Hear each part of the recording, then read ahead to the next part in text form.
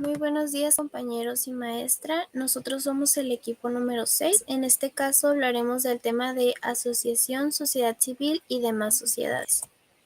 Nuestro equipo está integrado por Espinosa Vargas Adán Tomás, García Roque Perla Yasmín, Hurtado Sánchez Juan Antonio, Telles Chioscar Armando, Sepúlveda Luis Mauricio y su servidora Cuevas Mireles Brittany. Como podemos observar aquí en el índice, pues tocaremos primeramente lo que es el tema de sociedad y asociación civil. Después tenemos lo que es la sociedad en comandita simple, sociedad en comandita por acciones y la sociedad en nombre colectivo. Si pueden observar, pues tocaremos lo que es el aspecto legal, aspecto contable y los asientos de apertura de cada una de ellas. Como bien sabemos, los seres humanos siempre han tenido la necesidad de unirse en grupos y formar sociedades con la finalidad de velar por los objetivos en común que los individuos plantean.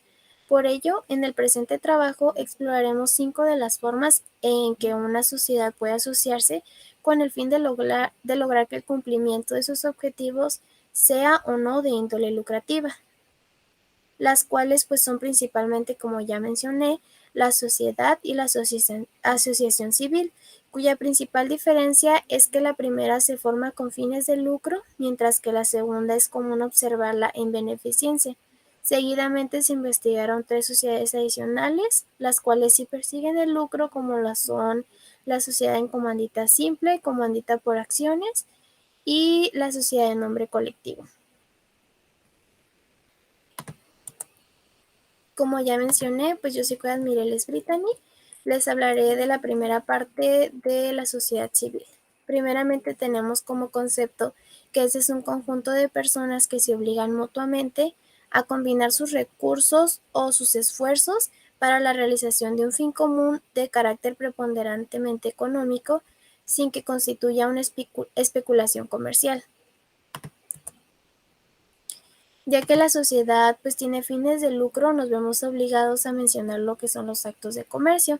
Estos son aquellos actos jurídicos celebrados por personas físicas o morales, ya sean comerciantes o no, que produzcan efectos jurídicos regulados por el derecho mercantil.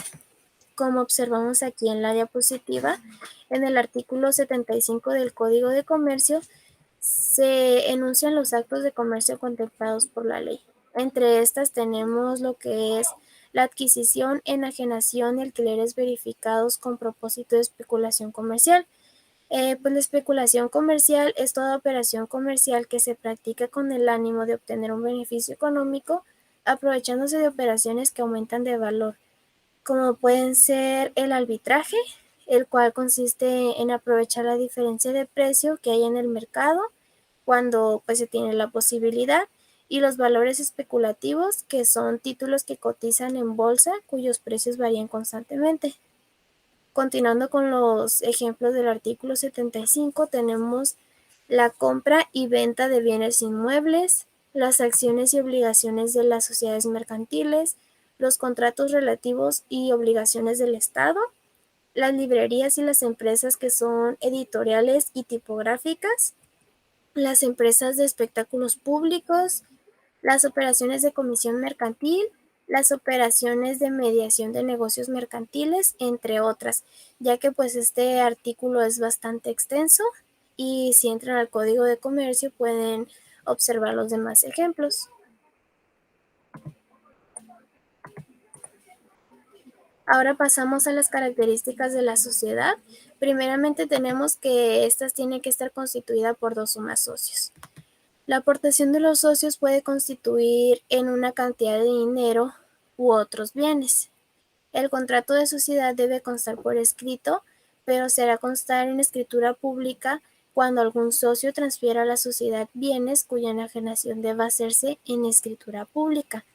El contrato de sociedad no puede modificarse sino por consentimiento unánime de los socios. También tenemos que las sociedades que son de naturaleza civil y que tomen la forma de las sociedades mercantiles quedarán sujetas al Código de Comercio. No puede estipularse que a los socios capitalistas se les restituya su aporte con una cantidad adicional, haya o no ganancias. También tenemos que el contrato de sociedad debe inscribirse en el registro de sociedades civiles para que produzca efectos contra tercero. Este registro se puede llevar a cabo en el Registro Público de la Propiedad y del Comercio, que se encuentra en Tijuana, zona Río, Vía Oriente, número 10.252, en el primer piso. Por último, tenemos que después de la razón social se agregarán siempre las palabras de sociedad civil. De lo que mencioné ahorita, es importante que tomen en cuenta lo que es los socios capitalistas, ya que más adelante mi compañero les hablará un poco de estos.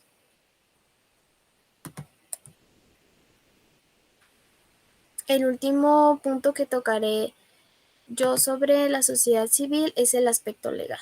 En esta tenemos que el contrato de sociedad deberá constar siempre en escritura pública y debe contener lo siguiente: nombre y apellido de los otorgantes, la razón social, el objetivo de la sociedad, que en este caso podríamos tomar como ejemplo lo que es la fabricación, comercialización, importación, exportación y venta al por mayor de los productos que son elaborados para la vestimenta, así como también los productos para el hogar y los de cosmética.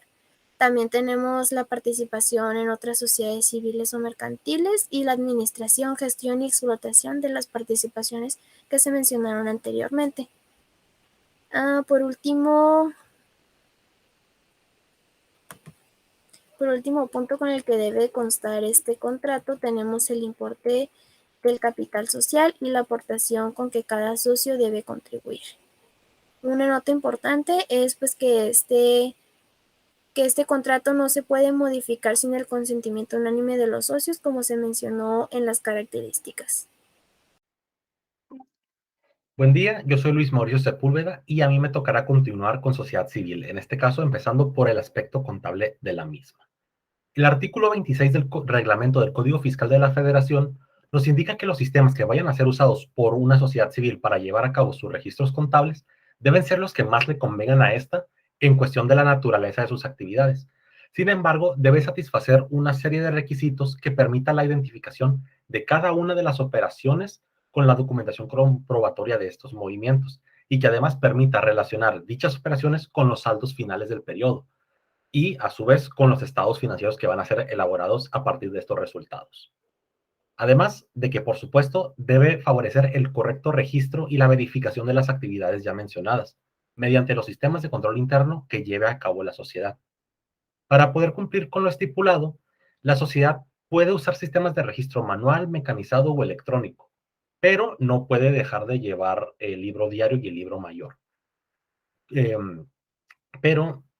Aunado a esto, como sabemos, la contabilidad tiene que ser más electrónica a día de hoy. Sin embargo, es algo que se ha estado impulsando desde el gobierno. Sin embargo, no todas las empresas pueden dar ese paso. Hay unas que por cuestiones de estructura, de financiamiento, pues no pueden optar por ello. Por eso es que se dan estas opciones de usar otros sistemas de registro.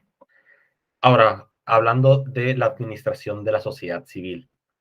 El organismo supremo de la sociedad civil es la Asamblea de Socios y es el director general el que debe coordinar todos los esfuerzos de los miembros de la sociedad para poder llevar a cabo el fin de esto.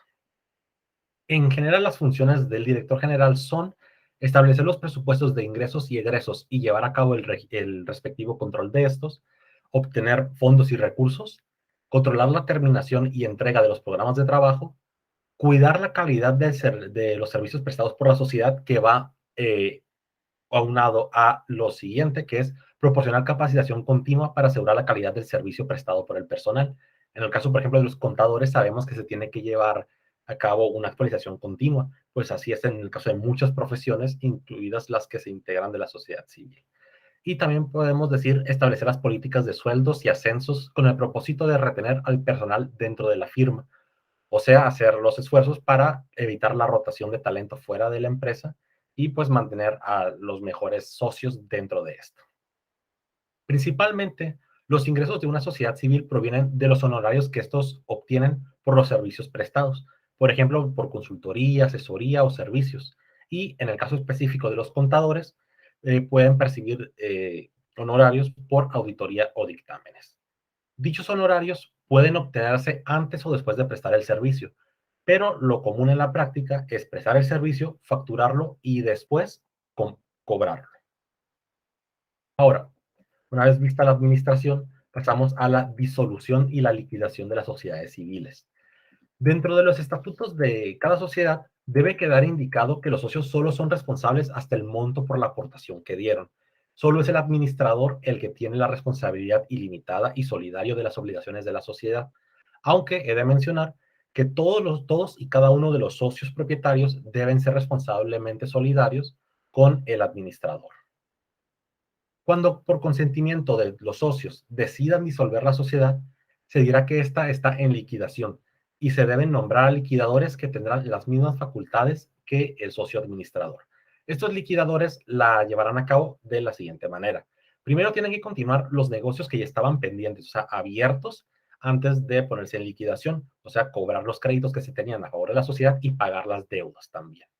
Después se tiene que formular el estado de liquidación, el cual debe ser aprobado por la Junta de Socios Propietarios, para después proponer a los socios propietarios un proyecto de liquidación.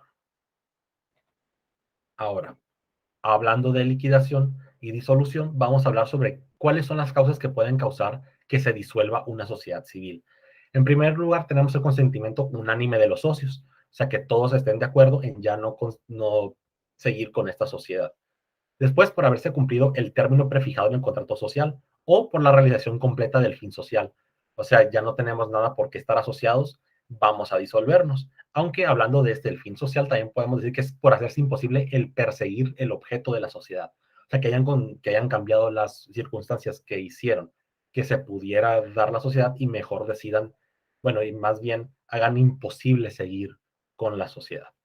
Después es por la muerte o incapacidad de uno de los socios que tenga responsabilidad ilimitada por los compromisos sociales, aunque hay una excepción a esta, y es que en la escritura constitutiva se haya pactado que la sociedad puede continuar aún sin este socio, o que el socio haya dejado un heredero que pueda seguir con su contribución dentro de esta sociedad. Después tenemos por la muerte de un socio industrial, que este socio lo mencionaré un poco más adelante para entender qué es, pero por la muerte del socio industrial siempre que haya sido su industria la que haya dado nacimiento a la sociedad. Después, por la renuncia de uno de los socios, cuando se trata de sociedades de duración indeterminada y los otros socios ya no quieren continuar pues asociados. Pero esta renuncia tiene que ser sin ser maliciosa ni extemporánea. O sea, tiene que ser simplemente porque ya no quería o no pudiera, pero sin querer perjudicar a propósito a los demás miembros de la sociedad. Y después por la resolución judicial. Una vez que se disuelve una sociedad, esta entra en liquidación, la cual se debe practicar dentro de un plazo de 6 meses. Y además de, pues, la que es obligatoria, la SC, después del nombre de la sociedad, también se tiene que añadir en liquidación. Y esta liquidación debe hacerse por todos los socios, salvo que convengan en nombrar a los liquidadores ya mencionados. Si una vez que se cumplieron todos los compromisos sociales y se devolvieron los aportes a los socios, aún quedaran algunos bienes, estos se deben ser considerados como utilidades y van a ser repartidos entre los socios de acuerdo a el porcentaje de la aportación que hicieron. Aunque hay que decir que igualmente en esta misma proporción van a responder sobre las pérdidas de la sociedad. Ahora, y para ir finalizando, vamos a hablar sobre 4 cuentas y conceptos claves que creo que van a tomar más sentido cuando elaboren el caso práctico. En primer lugar, tenemos al socio capitalista, que este es, como lo dice su nombre, el que aporta su capital a la sociedad civil con el objeto de participar en las ganancias futuras, especialmente cuando hay uno o varios socios industriales. Pero habitualmente este no participa en la gestión de la empresa, simplemente aporta su capital y en base a las ganancias que se van teniendo, espera ir recuperando parte y bueno, y teniendo ganancias, obviamente, si no, no invertiría. Después tenemos el socio industrial, que este forma parte de la compañía, pero este no aporta capital, a diferencia del socio capitalista. Este aporta con servicios, con conocimientos técnicos y demás servicios intangibles. Y este, al igual que el socio capitalista, participa en el reparto de los beneficios generados. La proporción en que se hará, pues ya dependerá de cada una de las sociedades y se debe acordar en el caso muy particular de cada una. Siguiente son los ingresos por servicios prestados. Estos hacen referencia a los ingresos que percibe la sociedad civil por los servicios que fueron prestados, siendo ejemplos de estos los ya mencionados en el segmento de la administración de la sociedad, que son por los que se perciben pues, los honorarios. Y por último tenemos los gastos por servicios prestados, que son las cantidades que debe pagar la empresa por servicios de profesionales independientes que son prestados hacia la empresa, así como los gastos para el desarrollo de las actividades de la sociedad. Y por último tenemos los asientos de apertura de sociedad civil, que son muy sencillos, en verdad no tienen nada complicado y estos tomarán más sentido una vez hagan el caso práctico. En este caso, por la emisión del capital, se carga emisión de capital social, cuenta de orden deudora y se abona a certificados de capital social emitidos, cuenta de orden acreedora y después por esas cantidades, primero cargas a socios y abonas a capital social y dependiendo de en qué haya sido, si fue en especie o fue en efectivo, es que aparece el primero B. Si todo hubiera sido en efectivo, sería solo bancos, pero en este caso, y como está tomado directamente del caso práctico, ahí van a ver que no solo es en efectivo. Por eso es que aparece así.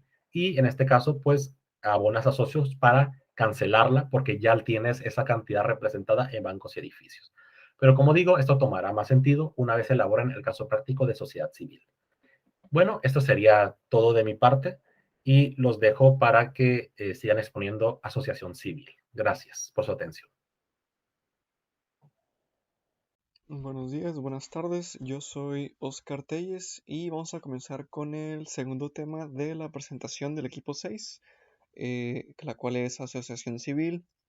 Y aquí el concepto que se nos presenta es que es una entidad privada la cual posee una personalidad jurídica, sin embargo no tiene fines de lucro y está conformada de igual forma por personas físicas y se conforma con el objetivo de cumplir fines educativos, culturales, deportivos, cualquier tipo que sea legal, es decir, lícito, y que no tenga fines de generar alguna ganancia.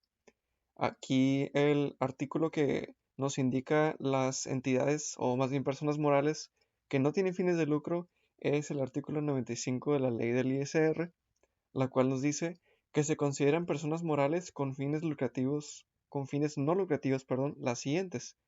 En el número 12 nos indica que son asociaciones o sociedades civiles organizadas sin fines de lucro y autorizadas para recibir donativos, las cuales se dediquen a las siguientes actividades, las cuales son cinco que nos menciona la ley. La primera sería que se dediquen a la promoción y difusión de música, artes plásticas, artes dramáticas, danza, literatura, arquitectura, cinematografía, conforme a la ley que crea el Instituto Nacional de las Bellas Artes y Literatura, así como la Ley Federal de Cinematografía. También las que se dediquen al apoyo a las actividades de educación e investigación artísticas, conforme igual a lo del primer punto, que sea el Instituto Nacional de Bellas Artes y Literatura, o, o más bien también conforme a la Ley Federal de Cinematografía. También que se dediquen a la protección, conservación, restauración y recuperación del patrimonio cultural de la nación. También que se dediquen a la instauración y establecimiento de bibliotecas, que igual es que formen parte de la Red Nacional de Bibliotecas Públicas, conforme a pues su ley respectiva. Y por último, también que se dediquen al apoyo de las actividades y objetivos de los museos, que ya sean dependientes del Consejo Nacional para la Cultura y las Artes. Así que esos cinco eh, asociaciones, digamos, que se dediquen a esas actividades o que estén incluidas en ese listado de actividades, se van a considerar como que no tienen fines de lucro. Siguiente tenemos las características de la asociación civil. Una principal característica, como se mencionó en la diapositiva anterior, es que no tienen fines de lucro y debido a esto causa que sus remanentes económicos, si es que llegan a tener, no podrán ser repartidos porque pues simplemente no tienen fines de lucro y no va con los objetivos de la asociación. Otros que son organizaciones privadas y autónomas. Privadas se refieren a que ellos mismos podrán decidir quiénes entran y quiénes no entran a la asociación civil y sí, quienes no serán parte de ella. Con autónomas se refieren a que podrán actuar con su propia voluntad e independientemente de cualquier otra organización. También es que su objetivo es ser de beneficio a terceros sin que se involucren política ni religiosamente en ningún aspecto. Va a ser únicamente cultural, deportivo, de literatura, etc. Pero jamás política ni religiosamente. Y por último es que pueden involucrarse 4 tipos de miembros. Los primeros son los socios, los cuales ya hemos visto a lo largo de todas estas sociedades, de todo el contenido que hemos visto en la materia. Sabemos que tienen derechos y obligaciones, etc. Ya sabemos eso. Por consiguiente son los colaboradores, los cuales realizan un aporte personal sin que necesariamente se establezca una relación entre la asociación y el mismo colaborador, perdón. No existe una jerarquía directa con la asociación, únicamente pues realizas los aportes personales y voluntarios, más que nada. Sin embargo, se le realiza este reconocimiento por parte de la asociación al llamarlos como miembros colaboradores. Siguientes son los honorarios, los cuales tampoco están relacionados, digamos, directamente con la empresa de que tengan derechos y obligaciones. Sin embargo, en algún punto de la historia de la asociación tuvieron que haber realizado alguna aportación, como su nombre lo dice, honoraria. Por ejemplo, que hayan ayudado a la constitución de la asociación o hayan ayudado a la asociación a salir de un momento difícil, etcétera. No son muchos ejemplos que se pueden dar de los miembros honorarios, pero en sí es que realizaron una acción honorable y por eso se les da el reconocimiento como este tipo de miembros. Los siguientes son los afiliados, que como su nombre lo dice, pues sí requiere una afiliación directa con la institución o con la asociación en esta ocasión, y pues para poder recibir beneficios y asimismo que se les otorgue obligaciones para cumplir con ellas. Siguiente tenemos el aspecto legal de la asociación civil, y en este caso tenemos el Código Civil, tenemos el artículo 2671, el cual nos indica que el contrato por el que se constituye dicha asociación tiene que estar constado por escrito y va a tener las siguientes características que les mencionaré en un momento. El artículo 2673 nos indica que las asociaciones se van a regir por sus estatutos y tendrán que estar inscritos en el registro público para que pues, puedan producir efectos contra terceros, contra otras instituciones. Los 4 aspectos que deben de integrarse en el contrato de constitución de una asociación son los siguientes. El primero serían los nombres y apellidos de los otorgantes que sean capaces de obligarse, también la razón social, así como el objeto, donde ya vimos en las diapositivas pasadas que su objeto debe ser únicamente o más bien relacionado con la promoción y difusión de música, artes plásticas, cualquier aspecto cultural, ya sea también como la protección, conservación del patrimonio cultural de la nación, el establecimiento de bibliotecas, etcétera, que no tengan fines de lucro, es el objetivo.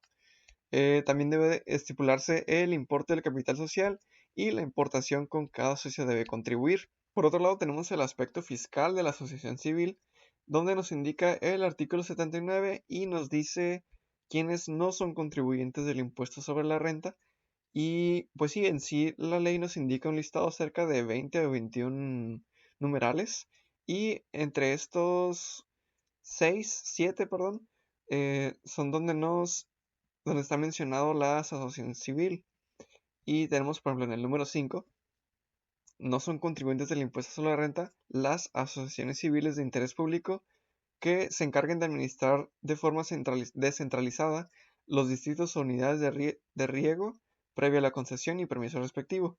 Tampoco serán consideradas como contribuyentes las asociaciones civiles organizadas sin fines de lucro y autorizadas para recibir donativos dedicadas a las actividades que mencioné en el concepto de la asociación civil. También las asociaciones o sociedades civiles organizadas con fines políticos o asociaciones religiosas constituidas de conformidad con la ley de asociaciones religiosas y culto público. Tampoco se considerarán así las asociaciones o sociedades civiles que otorguen becas, así como las asociaciones civiles de colonos y que se dediquen exclusivamente a la administración de un inmueble de propiedad en condominio. Tampoco se considera así, en el numeral 19, las asociaciones civiles que se constituyan y funcionen en forma exclusiva para que realicen actividades de investigación o preservación de la flora o fauna silvestre, terrestre o acuática, así como aquellas que promueven entre la población la prevención y control de la contaminación del agua, el aire, el suelo, y también la que se involucre la protección al medio ambiente, su preservación y la restauración del equilibrio ecológico. Por último, en el numeral 20, se tiene que tampoco serán considerados como contribuyentes del ISR las asociaciones y sociedades civiles que no tengan fines de lucro y que comprueben que se dedican exclusivamente a la reproducción de especies en protección y peligro de extinción, así como la conservación de su hábitat correspondiente. Y esto significa que para estas personas morales van a considerar el remanente distribuible, perdón, 1, del importe de las emisiones de ingresos o compras no realizadas y que no hayan sido, perdón, registradas indebidamente. Y 2, préstamos que hagan sus socios o integrantes a los cónyuges en línea recta de dichos socios o de integrantes.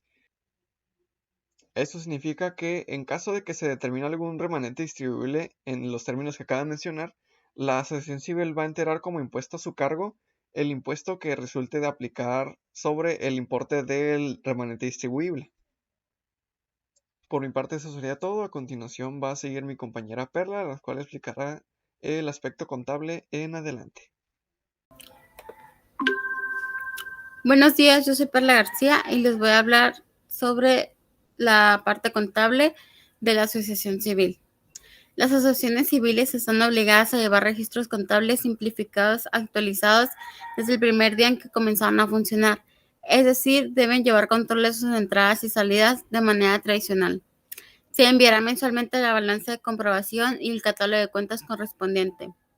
Exige estados financieros que proporcionen un análisis de los gastos por la naturaleza y su función, así como también deben mostrar los métodos utilizados para asignar los costos entre las diversas funciones. El envío de los archivos contables será a través del buzón tributario del SAT. Administración de la asociación civil. El poder supremo de las asociaciones lo posee la Asamblea General. El director y directores de ellas tendrán las facultades que les conceden los estatutos y la Asamblea General con sujeción a estos documentos. Esta misma Asamblea resolverá los siguientes asuntos: sobre la admisión y exclusión de los asociados, sobre la disolución anticipada de la asociación o sobre su prórroga por más tiempo al fijado en los estatutos, sobre el nombramiento de director o directores cuando no haya sido nombrados en la escritura constitutiva, sobre la revocación de los nombramientos hechos y sobre los demás asuntos que le encomiendan a los estatutos. La administración de la sociedad podrá ser conferida a uno o más socios. Este nombramiento tendrá que estipularse en la escritura de la sociedad y no podrá ser revocado a menos que se tenga el consentimiento de todos los socios, a no ser judicialmente por dolo, culpa o inhabilidad. Disolución y liquidación de la asociación civil.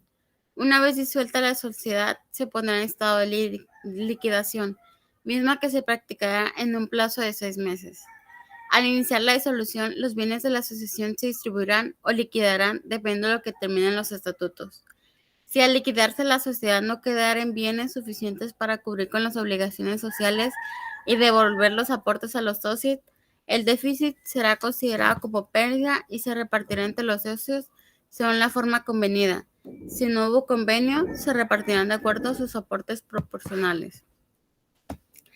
Y a continuación son las causas de disolución, que son por consentimiento unánime de los socios, por haberse cumplido el término prefijado en el contrato de la sociedad, por la realización completa del fin social o por haberse vuelto imposible la consecución del objeto de la sociedad, por la muerte o incapacidad de uno de los socios que tenga responsabilidad ilimitada, por los compromisos sociales, salvo que en la escritura constitutiva se haya pactado que la sociedad continúe con los sobrevivientes o con los herederos de aquel, por la muerte del socio industrial que siempre que su industria haya dado nacimiento a la sociedad, por la renuncia de uno de los socios cuando se trate de sociedades de duración indeterminada y que otros socios no deseen continuar asociados, y por la resolución judicial. A continuación son los asientos de apertura de una asociación civil. En el asiento 1 se carga bancos y se abona a fondo social, que sería como el aporte de fundadores para la constitución de la asociación. En el asiento 2 se cargaría bancos, mobiliario de equipo de oficina, edificios, equipo de transporte y se abonaría a fondo social por la delación de apertura de la asociación, porque compraron cosas. Buenos días, maestro y compañeros. Mi nombre es Juan Hurtado y les vengo a exponer sobre la sociedad en comandita simple. La sociedad en comandita simple es la que existe bajo una razón social y se compone de uno o varios socios comanditados que responden de manera subsidiaria, ilimitada y solidariamente de las obligaciones sociales y de uno o varios comanditados que únicamente están obligados al pago de sus aportaciones. Esto se especifica en el artículo 51 de la Ley General de Sociedades Mercantiles. Aspecto legal. El artículo 52 de dicha ley se aclara que la razón social se formará con los nombres de uno o más comanditados, seguidas de las palabras y compañía u otros equivalentes. Cuando en ella no figuran la de todos, a la razón social se agregarán siempre las palabras sociedad en comandita o sus siglas S. en C. Es conveniente destacar que cualquier socio comanditado o persona ajena a la sociedad que permita que su nombre aparezca en la razón social quedará sujeta a la responsabilidad de los comanditados, como lo especifica el artículo 53. En esta misma responsabilidad incurrirán los comanditarios cuando se omita la expresión sociedad en comandita o sus siglas. Como ya vimos antes, los comanditados son los que están a cargo de la administración de la sociedad y la representación legal de la misma, además de estar sujetos a obligaciones y responsabilidades. Y los comanditarios son los socios que responden a las deudas sociales solo hasta el límite de su aportación. Aspecto contable. Las cuentas peculiares de este tipo de sociedad que nos sirven para registrar apropiadamente los diversos conceptos del capital social son capital social comanditado, capital social comanditario, socios comanditados y socios comanditarios. En los asientos de apertura, en el primer asiento, por el monto del capital autorizado, cargamos emisión de partes sociales y abonamos a capital autorizado. En el segundo asiento, por el capital social suscrito, cargamos a capital autorizado, además de abonar a capital social comanditado y capital social comanditario. En el asiento segundo A, por el compromiso a cargo de los socios comanditados y comanditarios según su escritura constitutiva, cargamos a socios comanditados y socios comanditarios, además de abonar a emisión de partes sociales. En el tercer asiento, por las aportaciones de los socios, cargamos a bancos y abonamos a socios comanditados, además de socios comanditarios. Aquí pues un pequeño ejemplo de dos variables que existen. La primera es que las aportaciones sean inmediatas. De esta forma los socios suscriben y exhiben inmediatamente el capital social. El asiento quedaría de este modo. Cargamos a bancos o diversas cuentas de activo y abonamos a capital social comanditado, además de social comanditario. En el segundo caso, que las aportaciones sean mediatas, es decir, que no exhiben en la fecha de constitución a 100% del capital suscrito. El asiento quedaría de esta forma. Cargamos a socios comanditados, además de socios comanditarios, y abonamos a capital social comanditado con capital social comanditario. Todo eso por el capital suscrito. Y para finalizar, posteriormente, cuando se hacen las exhibiciones, el asiento quedaría de la siguiente manera. Cargando a bancos y abonando a socios comanditados, además de socios comanditarios. El siguiente tema es sociedad en comandita por acciones. La sociedad en comandita por acciones es la que se compone de uno o varios socios comanditados que responden de manera subsidiaria, ilimitada y solidariamente de las obligaciones sociales, y de uno o varios comanditados que únicamente están obligados al pago de sus acciones.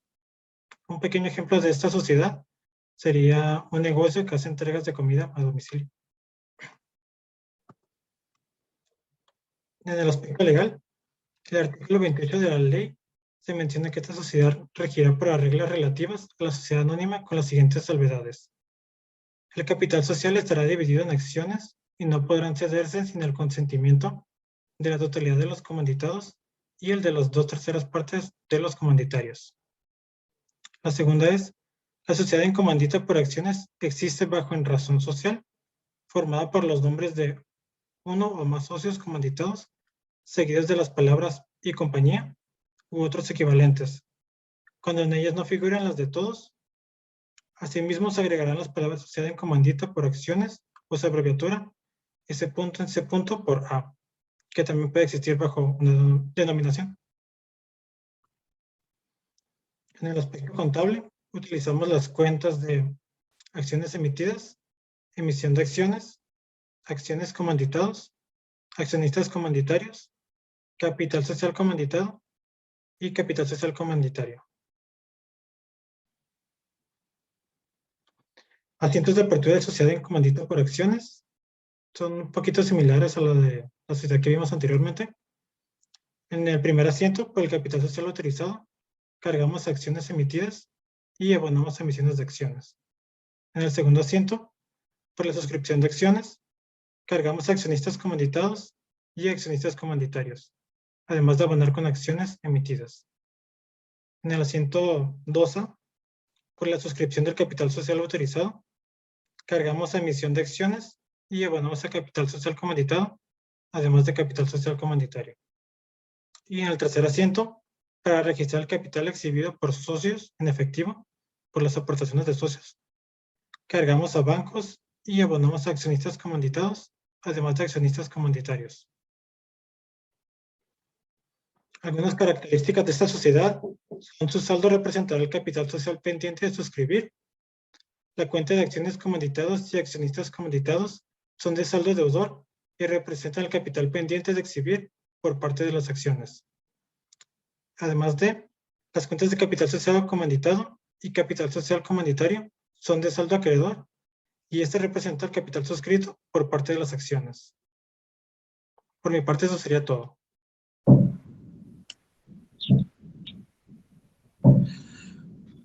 Buenos días, compañeros. Yo les voy a hablar sobre la sociedad en nombre colectivo.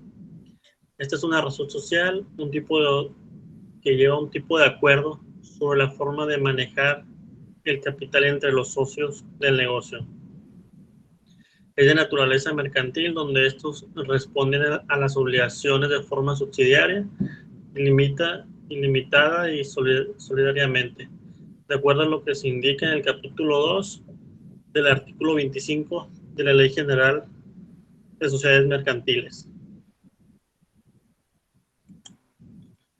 Sociedad en nombre colectivo. Los aspectos legales, de acuerdo a la Ley General de Sociedades Mercantiles, en el artículo 25, es aquella que existe bajo una razón social en la que todos los socios responden de modo subsidiario.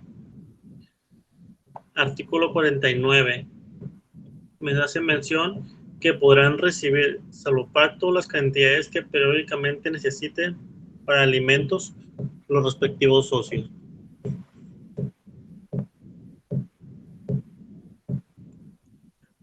Artículo 31. No se pueden ceder sus derechos sin consentimiento de todos los demás. Aspecto contable. Capital social. Tendrá un funcionamiento similar al examinado para las sociedades anónimas, con responsabilidad limitada y en comandita. Las aportaciones. Resulta similar a la cuenta de socios en la sociedad de responsabilidad limitada y a la de accionistas. Cuentas colectivas. Se cargan todas las cantidades que se entreguen al socio o socios industriales por concepto de alimentos.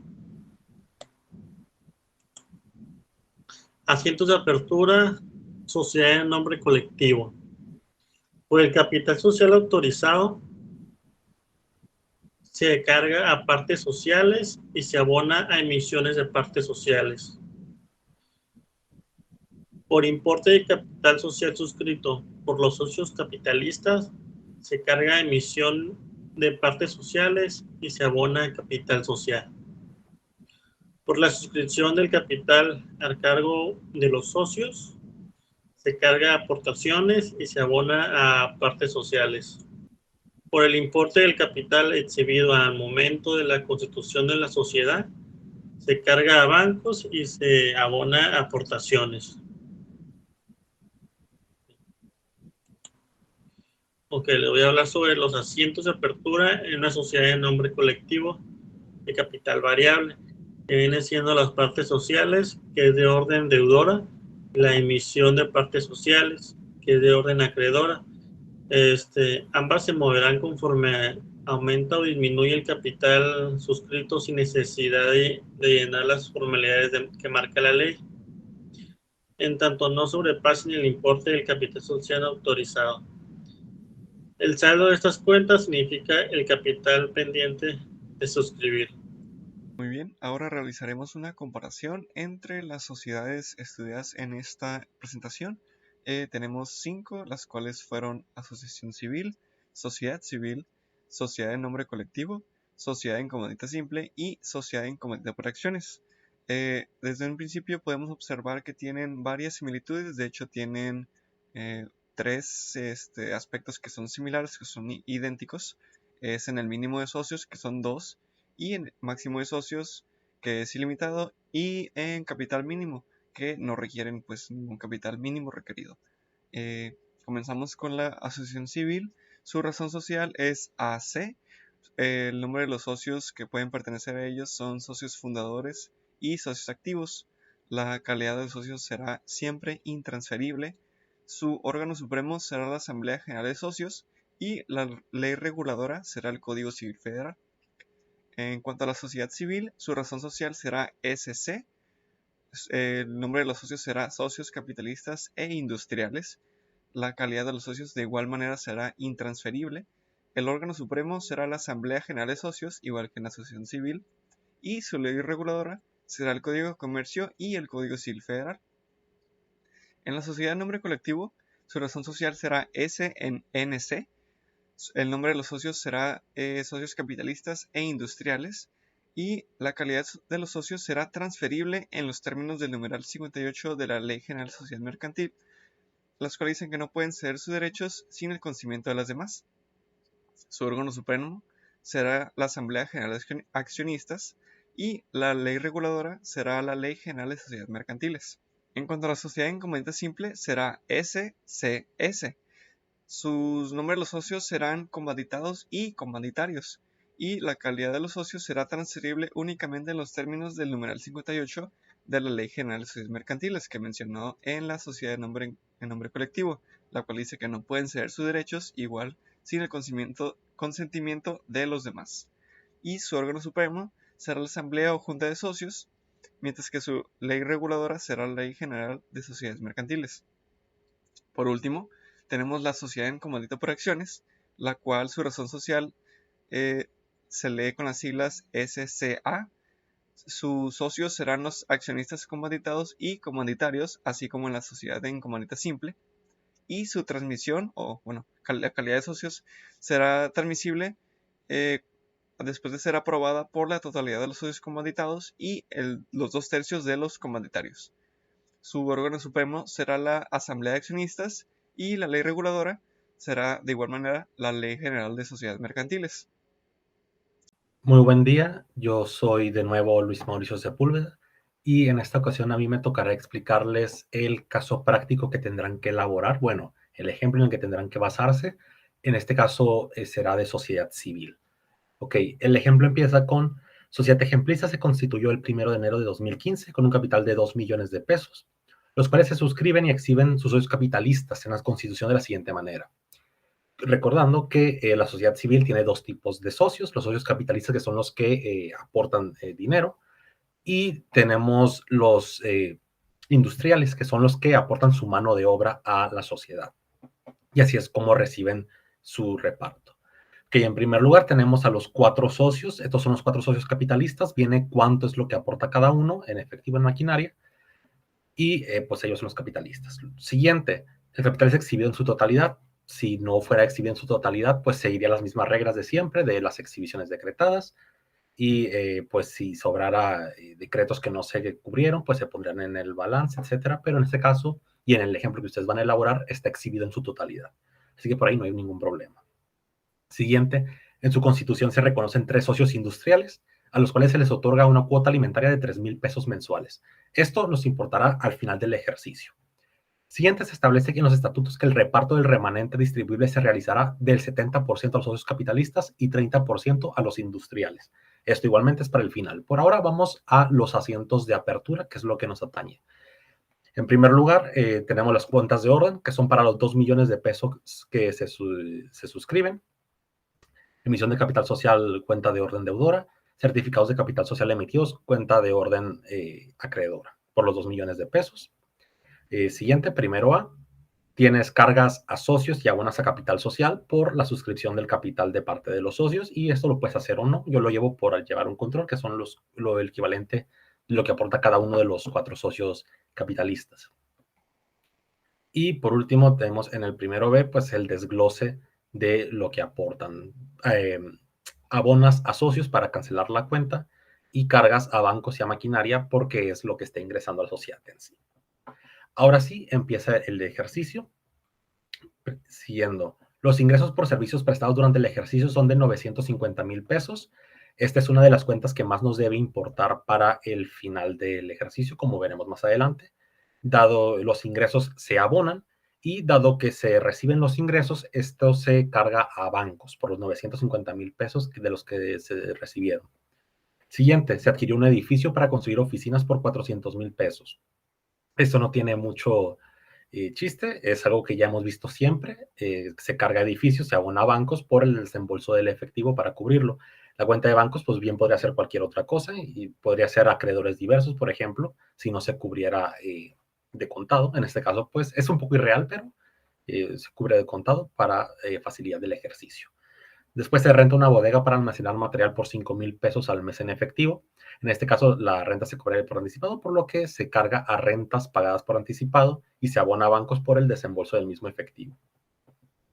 Después, estos 2 asientos de aquí, pues no los voy a explicar mucho, porque es algo que hemos visto mucho. O sea, la sociedad adquiere un camión para reparto de mercancía por 40,000 pesos liquidándolos en efectivo, y la sociedad adquiere mobiliario por la oficina por 20,000 pesos en efectivo, pues simplemente cargas a equipo de reparto, cargas a mobiliario de equipo de oficina y abonas a banco por el desembolso del efectivo que hizo la sociedad, y ya está. Es algo que llevamos viendo desde siempre en contabilidad. Ahora, otra de las cuentas que más nos importan para fines del ejercicio, los gastos por servicios prestados. Esto lo vamos a necesitar ya al final. En primer lugar, se realizan gastos para el desarrollo de actividades por 30,000 pesos. Por lo que en el caso de los gastos los vas a cargar y como es un desembolso de efectivo, vas a abonar a bancos por la cantidad que te indique el asiento, por el gasto de operación de la sociedad.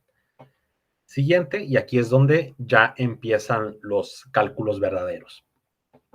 La sociedad paga la cuota de alimentación de todo el año pactada en la constitución de los socios industriales. Si nos regresamos al planteamiento del problema, podemos ver que dijimos que se les iba a pagar 13,000 pesos mensuales a cada uno de los socios.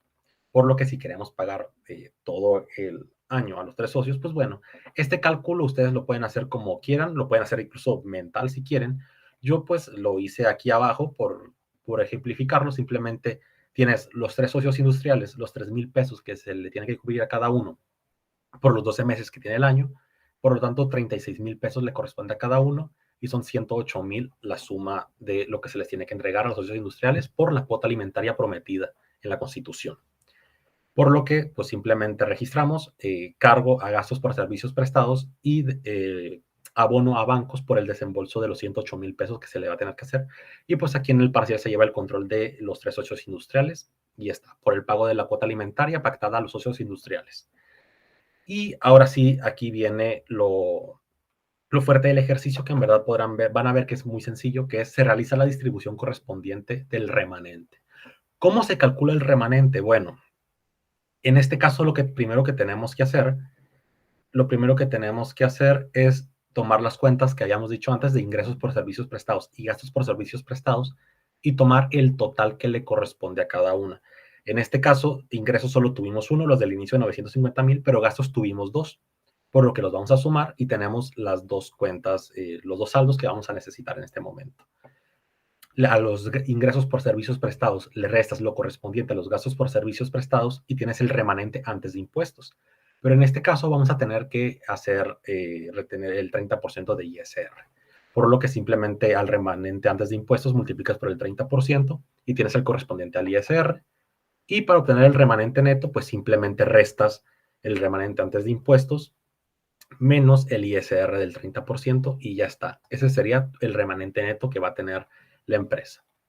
Y para el registro contable, pues simplemente pones lo que desglosaste ahí. Tienes 950,000 pesos por los ingresos prestados, por los servicios prestados, perdón, 138,000 por los gastos por servicios prestados, 243,600, que es lo correspondiente a lo que se sacó del ISR, y el resto, pues va a ser el remanente neto que se registra.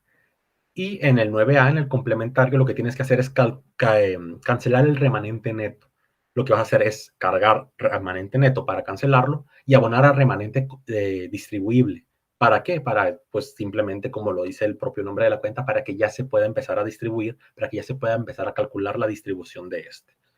Y aquí sí, en el 9B, como pueden ver todas las cantidades, pues puede ser el que les cause más conflicto. Bueno, esto cada quien podrá calcularlo de la manera que quiera. Yo lo hice de esta manera para ejemplificarlo y creo que quedó en bastante orden. Pasas aquí en remanente a distribuir, pues los 568,400, que es el remanente neto. Y como vimos al inicio, no lo voy a regresar, pero pueden, si quieren regresarlo, a los socios capitalistas les correspondía el 70% de este remanente, mientras que a los socios industriales les correspondía el 30%. Entonces, ¿qué es lo que vas a hacer? Pues vas a multiplicar el remanente neto por el 70% y el remanente neto por el 30%. Y ya está. Esto es lo que le va a corresponder a cada uno. Ahora sí, vamos a calcular cuánto le corresponde a cada uno de los socios. Este paso de aquí ustedes se lo van a ahorrar porque en el ejercicio que tienen que elaborar ya se les dice cuánto es el porcentaje que aportó cada uno de los socios, por lo que se ahorran esto de aquí, pero pues van a tener que hacer el mismo método. Pero yo se los explico, pues si en algún momento se les llegara a presentar esto. Tenemos las cantidades que cada uno de los socios aportan, por lo que vamos a hacer para obtener cuánto es el porcentaje que ellos aportaron, vamos a dividir la aportación del socio A sobre el capital suscrito. Pues aquí es una cosa básica, es fijar la celda y pueden hacerlo automático, pero bueno. Este aporta 25, este aporta 13%, este aporta el 38%, este aporta el 25%. Como digo, esto ustedes no lo van a tener que hacer, ustedes ya tienen el porcentaje puesto, pero pues lo que sigue es simplemente multiplicar el correspondiente del 70% por el porcentaje que cada uno aportó para que se les reparta su remanente en función a la aportación que hicieron. Y esto pues es lo mismo en los 4. Y como pueden ver, la suma es la misma, por lo que sabemos que estamos correctos. Y para el caso de los socios industriales es mucho más sencillo. Sabemos que son 3 socios, ya tenemos el 30%, pues lo único que tenemos que hacer es dividir en partes iguales el remanente que les corresponde. Si son 3, pues simplemente divide sobre 3 y ya está. Sobre 3, sobre 3, sobre 3. En el caso de que fueran 4 socios, pues sobre 4. En el caso de que fueran 2, pues sobre 2. Sencillo. Y aquí, pues, lo único que tienes que hacer es pasar el remanente distribuible y cargar, abonar a bancos porque es lo que va a salir. Y pues aquí tienes el control de cuánto es lo que le corresponde a cada uno. Y ya está, eso sería el libro diario. Las cuentas de mayor, pues no las voy a explicar porque pues, ya las hemos visto. Son pocos movimientos, son sencillos, no hay acciones desertas, no hay capital social en mora, nada. Entonces, pues simplemente pues pasan tal como lo pusieron en el diario las cuentas y todo les debe cuadrar.